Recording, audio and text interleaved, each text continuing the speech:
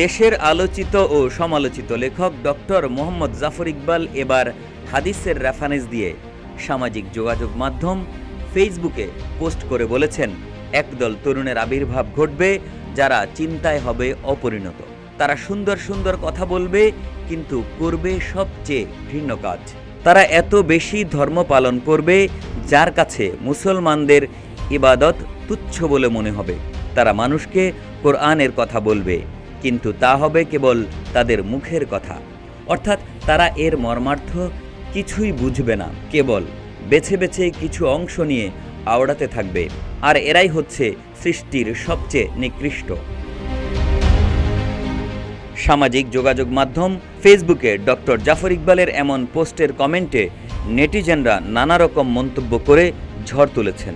মোনাজাত হোসাইন নামে একজন লিখেছেন, মজা পাইলাম, নতুন মুফতির আবির্ভাব হয়েছে। সাকিব নামে আরও একজন লিখেছেন, গর্তে শীত কম না বেশি। আলোচিত এই লেখকের পোস্টে বিভিন্ন রকম মন্তব্য করেছেন ৩৯৪ জন এবং রিয়েক্ট করেছেন ২০০০ মানুষ। এরপর তিনি আরেকটি পোস্ট করে লিখেছেন, মহানবী সাল্লাল্লাহু আলাইহি ওয়াসাল্লামের জীবনী পড়ে শেষ করলাম।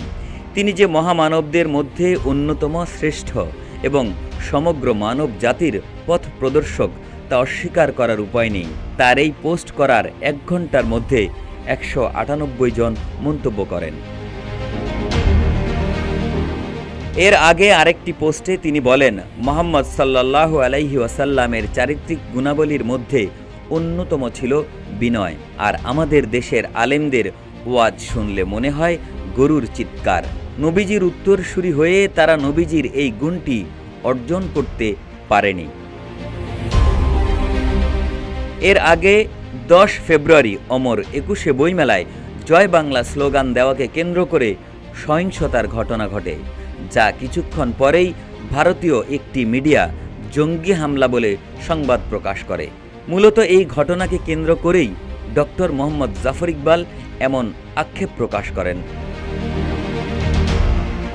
সব্যসাচী নামের একটি প্রকাশনা সংস্থায় ভারতে নির্বাসিত লেখিকা তসলিমা নাসরিনের কবিতার বই বিক্রির অভিযোগে চড়াও হয় কিছু লোকজন।